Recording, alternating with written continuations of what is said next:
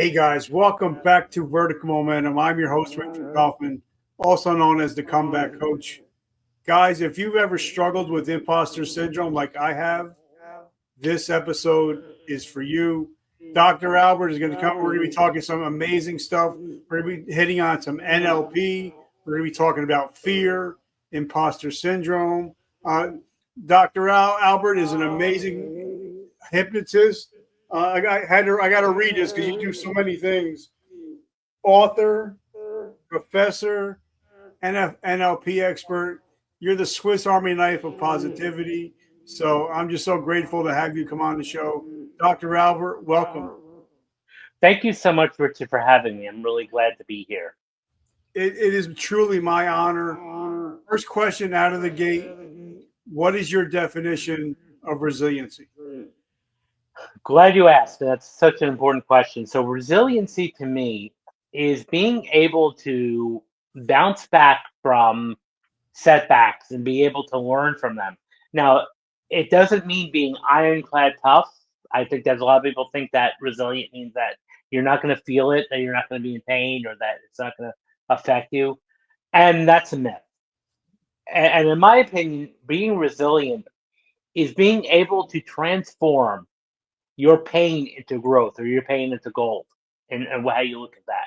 So an example would be, let's say, a child grows up in a household that might be a bit traumatic or abusive, but instead of repeating that cycle of abuse, he or she turns around and becomes a mentor, becomes a force for good. Or like, let's say a male grows up in a fatherless household, and instead of becoming an absent father himself, he decides that he's going to be the best father to his son or daughter because he doesn't want to experience what he missed out on. He doesn't want his children to have them miss out as well. So that is my opinion of resiliency: being able to transform your pain into gold.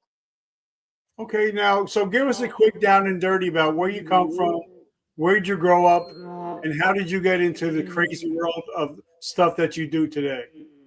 Well, I born raised Jersey, so Yes. yeah, I see your fellow Jersey. So I live in Union County area. That's where I'm at. Now I'm born and raised there as well. Now I grew up in sort of different. This is why I'm on the path of where I'm at now. I was born into a family where I was a bit different. I had some setbacks and challenges. I grew up. I'm the youngest of five. I have three older brothers, one older sister. I grew up in a mainly athletic blue collar family. They were in just, football, baseball, all these different sports. I mean, my oldest brother was an athlete, so was my middle brother, and my father was a coach, and my brother was a coach. They were football coaches. For me, I had zero interest in sports, spectator sports, or even playing sports. I was a reader, and I enjoyed reading, which they really didn't, and so I kind of felt a bit odd, in my family. Like I was the kind of the one that stood out. Of course, that's a good thing now, but however, at that time, I kind of struggled with that because I wanted to fit in. But looking back in hindsight, I don't think my brothers or even my father knew how to support me because I was different. So I started reading. Like books became my sanctuary growing up. I was spending a lot of time in the library and read, books. I started reading books about the brain, the nervous system, therapy. One of my favorite books in high school was a classic text on cognitive behavioral therapy, "Feeling Good" by David Burns.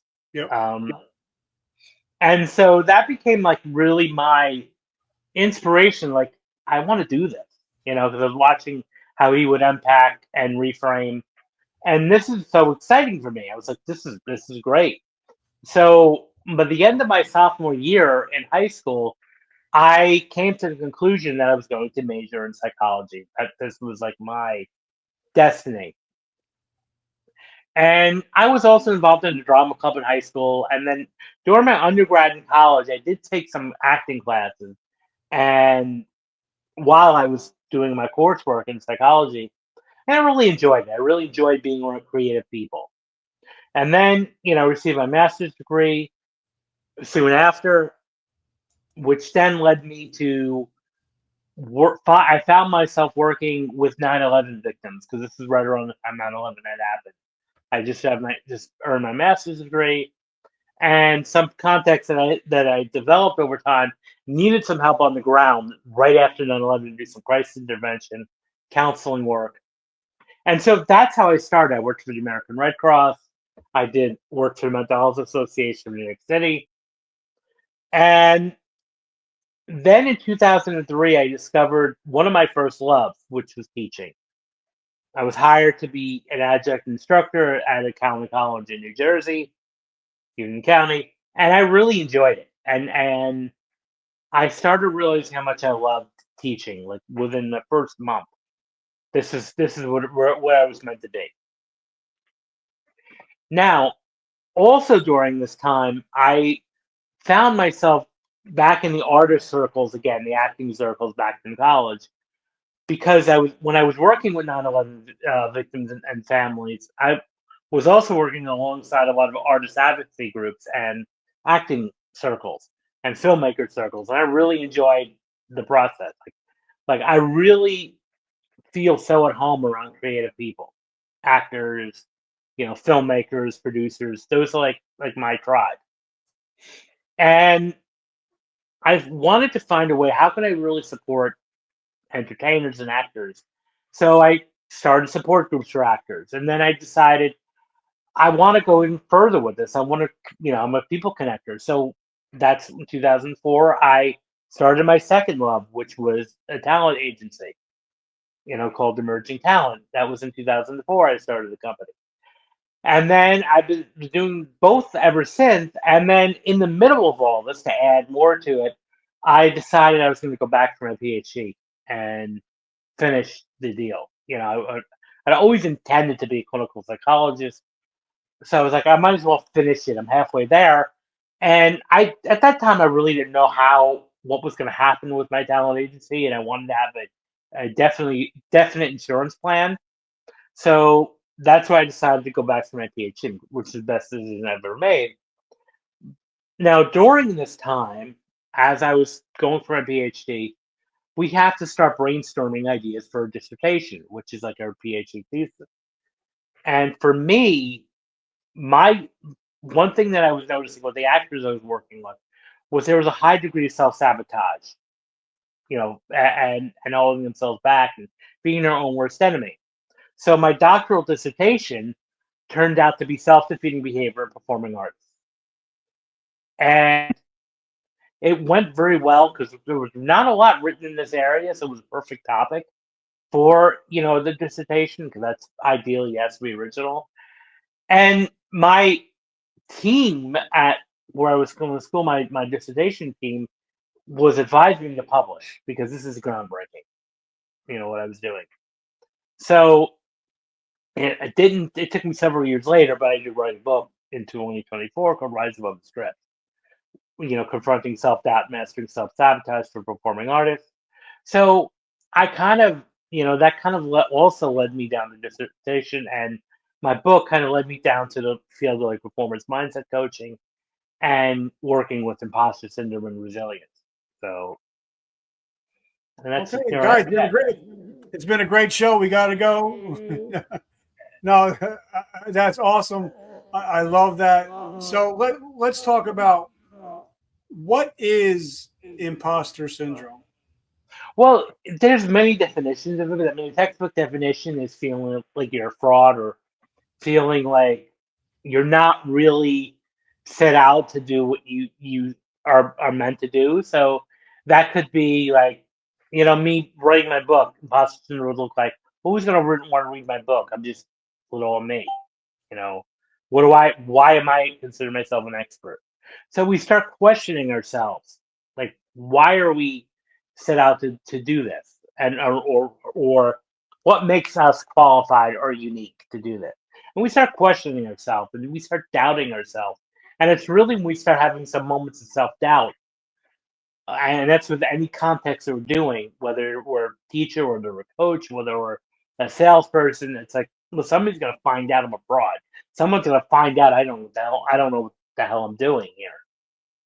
And so that we start running that in our mind, in the back of our mind, both consciously and subconsciously. And so therefore we start playing it too small. We don't play it big. We hold ourselves back. We procrastinate. And we just don't move forward in a sense. And we just sit where we just have these great ideas and we don't execute because we're, maybe deep down inside afraid of what we might produce, or afraid of what the consequences of might be, or really what are people going to think. And we were talking about that in the green room that fear has a lot to do with imposter syndrome. So let's go a little bit deeper on fear. Yeah, well, if we unpack fear, I mean, the idea of fear is it keeps us from danger. It's a fight or flight mode. That's an inborn biological reaction, and for thousands of years, fear is what kept us alive. And back if we go back to our caveman days and go back to the hunter gathering days, we needed to be highly vigilant to any type of dangers or predators, and that's why our fight or flight mode is activated when there's danger, when we signal danger. And so, if we want to look at that, I mean, as fear is just being our alert system, like stop or run, fight or run, it keeps us alive. Now, we're in a much better, you know, place, obviously, as human beings and as living organisms. However, our brain is still operating in that fight or flight mode all the time. And so sometimes it can overreact and sending fear signals in our body. So there's two types of fear in this context: fear of failure and even fear of success. Now, all of us have a fear of looking bad. Like, well, no, what if I do this and it bombs, or what if I do this and people laugh at me, or this flops, or it could be the fear of success. Now, most people when they hear fear of success for the first time might be thinking, well, this is absurd. Why would anyone fear success? Why would we do that? Because that's what we ultimately want. However, it's not necessarily success that we're afraid of directly. It's the aftermath, the pressure that we may have, the changes in our lives, the consequences of that. What it might be, relations may change. You may have now much more added work responsibilities, or even a change in identity now. And as human beings, we're so much rooted in comfort and addicted to comfort and staying comfortable that it's much easier to start talking ourselves out of things, especially if it's something that we don't normally do. It's very easy to talk ourselves out of it, and that's our fear talking. And with fear of success, it's mainly subconscious. So you can find yourself like sitting there saying, "Oh, well, I don't think this is really worth my time. This makes me a little boring. I'm not going to do this." When actually that action that you decided now not to do could have really helped you out, and we just decided to sit back on it for whatever reason. So. I'm a big fan of Tony Robbins, Ed Milet, uh, Mhm. and I believe that we can reprogram our brains through NLP. So let's talk about that. Is that we can reprogram our brains, correct? 100%, and I'm glad you brought up Tony Robbins. I mean, or any of the people become that came before him, like Jim Rohn and Napoleon Hill and all those people. And it is so important that we can reprogram our brain and we can work through these fears. The first step, though, is acknowledging that this is possible. This is what might be what's going on. So, because again, a lot of people initially in the beginning think that, they're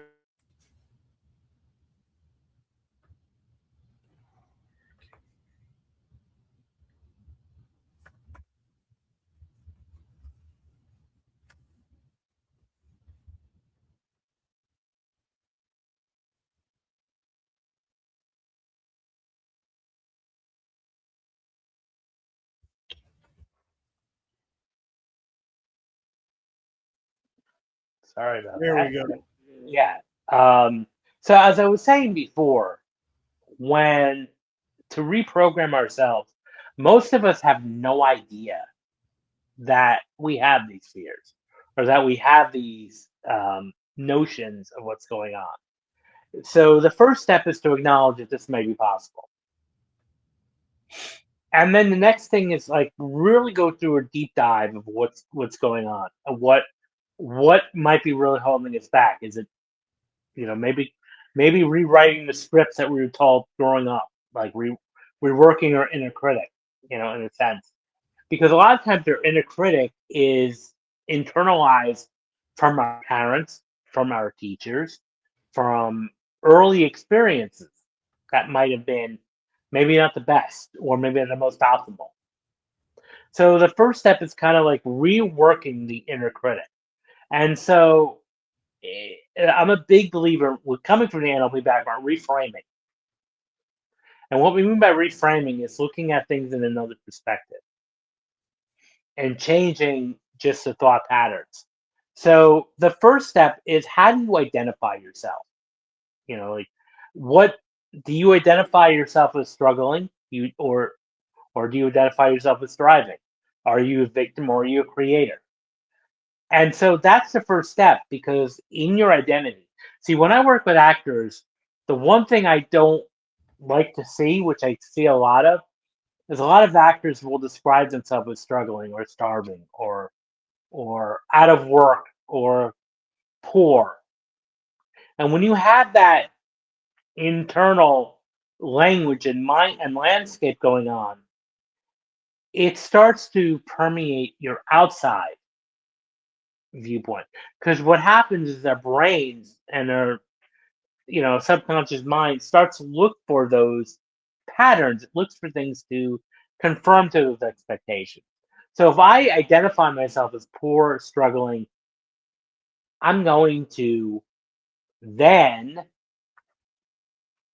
look for expectations that are going to do that. And my brain's going to start scanning for those things that confirm that. Now, on the other hand, if I come out like I'm thriving, I'm powerful, I'm rich, I'm successful, I'm also going to be, my brain's also going to be looking for things that confirm that. So the language you use, that's the first step. So I would say definitely start using more positive language and more uplifting language.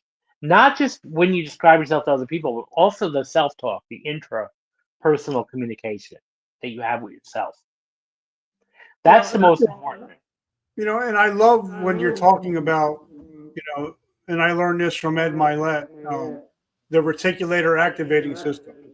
I love that whatever you look for, you're going to find, whether that's good Hmm. or bad. So let's Right. take a little bit of deeper dive into the reticular activating system. Yeah. I mean, well, that's our what keeps us alive and alert every day.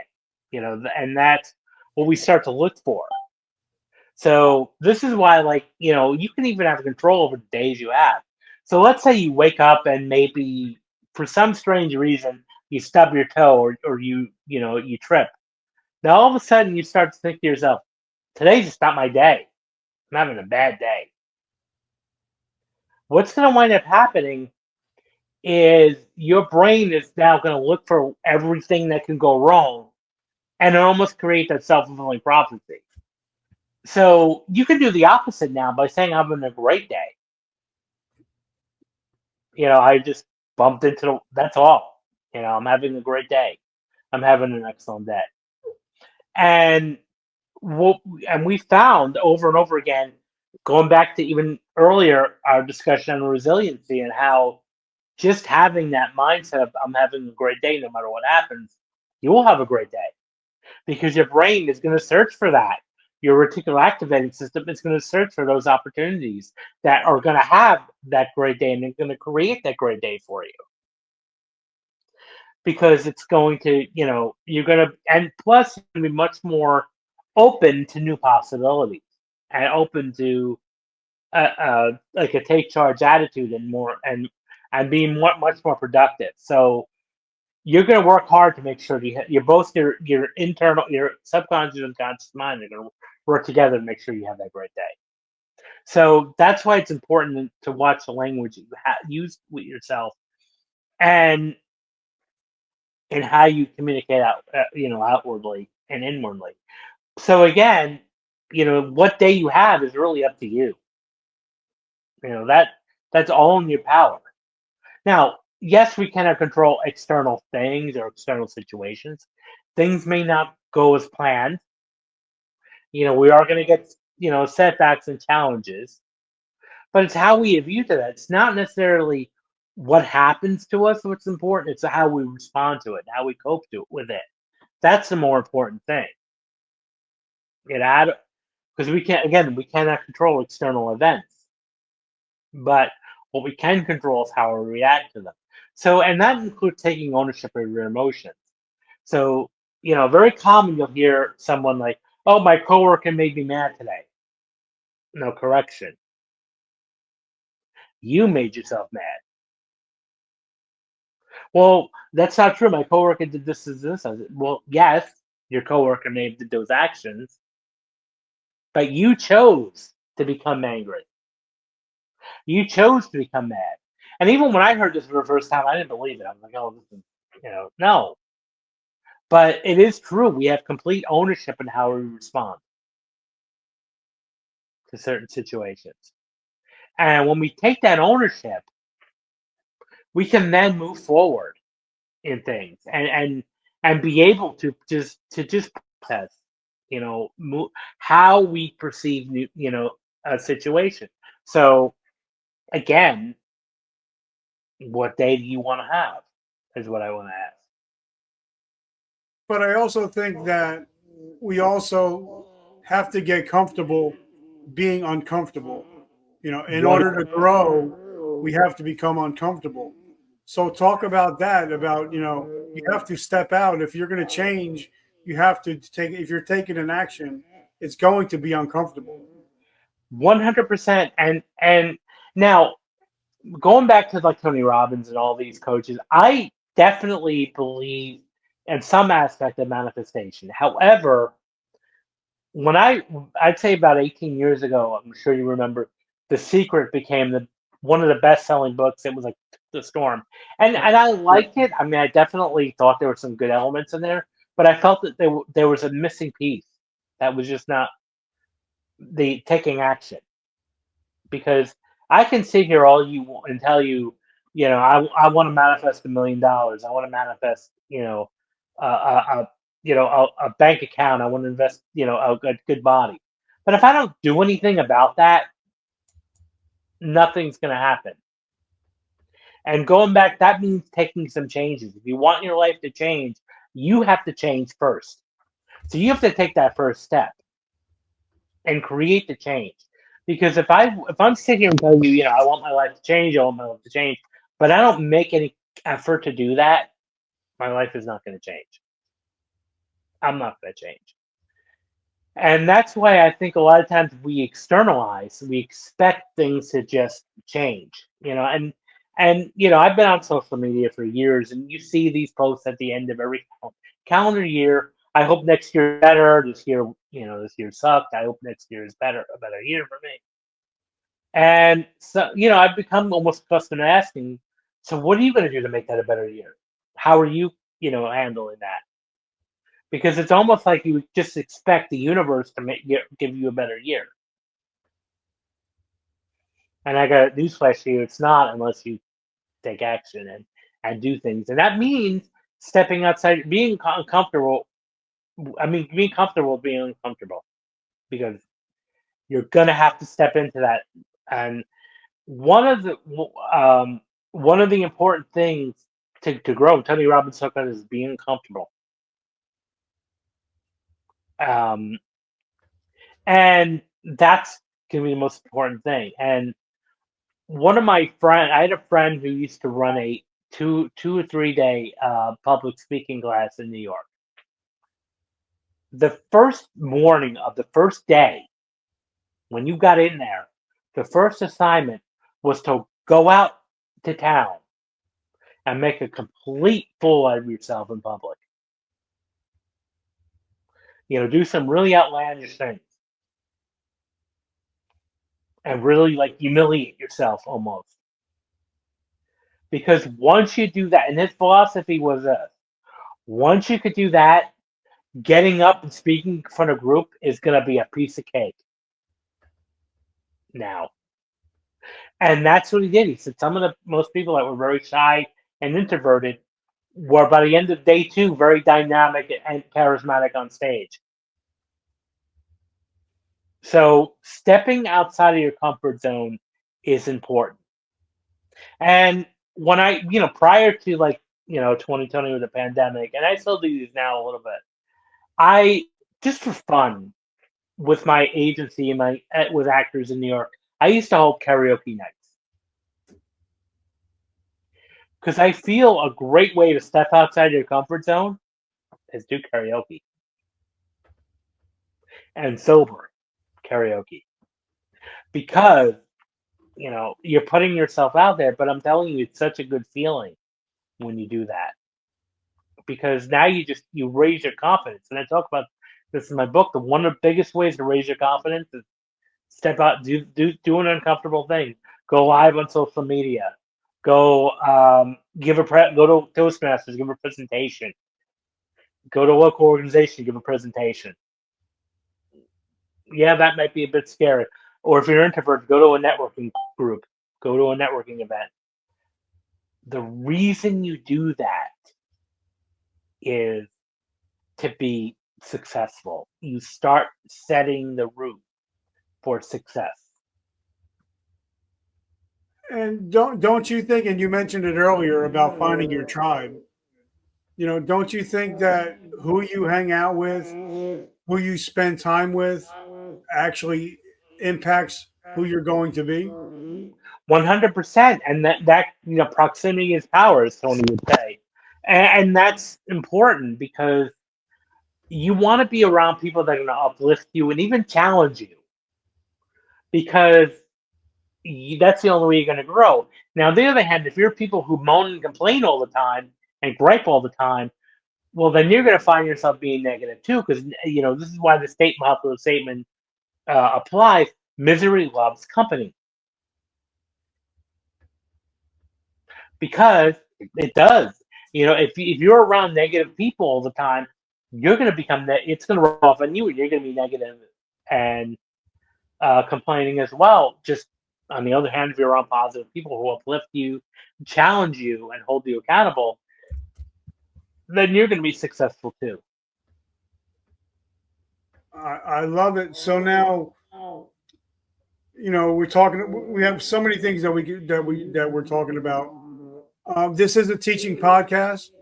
So if somebody is struggling with imposter syndrome, what are your top 3 pieces of advice for somebody who's still struggling with imposter syndrome? Number one, get a strong tribe. And there's so many resources. You can join Facebook groups, LinkedIn groups, networking groups, meetup groups, but find a tribe that will uplift you and build you up. That's number one. Number two, do step outside your comfort zone and do something different, for a week. And again, it could be something small. It's going to a networking event, going to a meetup group, going to give a presentation, whatever that might be, going live on social media. Do something differently that you haven't been doing. And number three, take stock in all of your previous achievements. Because a lot of times we have a tendency to downplay our achievements. So really do a kind of an audit or a deep dive on everything you've accomplished so far. And more often than not, you're going to be often pleasantly surprised. So those three things I would definitely say are important. And I love it, and I think like you were just saying that we have a lot of us have a lot of wins in our back pocket. Mhm. We just have to start stacking our wins and and and start showing it. Start believing in ourselves again because we have had wins. Now we just have to pick ourselves by the bootstrap and say, "I'm a winner. I've done it already. Now it's just time to do it again." Absolutely, and that's the main thing is we just have to do it. We just have to get up and do it again and do it again and just keep doing it. And once we start that momentum, it will continue. And so a lot of times it's just that doing that first couple of things that really are the most important. So, what's going on in your world? What do you got coming up? So what I have coming up? Well, I'm starting my own podcast, which is going to be called Mental Rehearsal Tools for Struggling Actors and Actors Who Struggle. So that's exciting. I'll be launching in the fall, and it's going to be a solo as well as a guest interview and artist profiles. I'll be profiling some actors too in my that I work with. So that'll be that. That's what's coming up. I also am writing two more books. That's going to be coming up in the next 6 to 8 months. And yeah, I'm also going to be launching a coaching program. So, how do we get in touch with you? I know we're in touch with each other on LinkedIn, on Instagram, on Facebook. So, how do we get Yeah. in touch with you? How do we get in your ecosystem? Well, I would say definitely follow me on socials, LinkedIn, Instagram, and Facebook. That's where I post a lot of updates and tools. Like I post a lot of blogs on LinkedIn. So feel free to follow me there. And also you can go to my website, albertbramante.com. So, and keep in touch with me. Just keep in touch with me. I'll be glad to jump on a call with you or have any discussions with you. And Doc, I just want to say thank you. It's great. Two Jersey boys just hanging out. I love it. I love it. I love it. Um, Guys, as you know, when I end every episode with, you have a choice every day when you wake up. You can choose to be a victim or a victor. And if you listen to this podcast, you're no longer victims of your past. You're victors of your present and your future. And like my t shirt says, today I decide.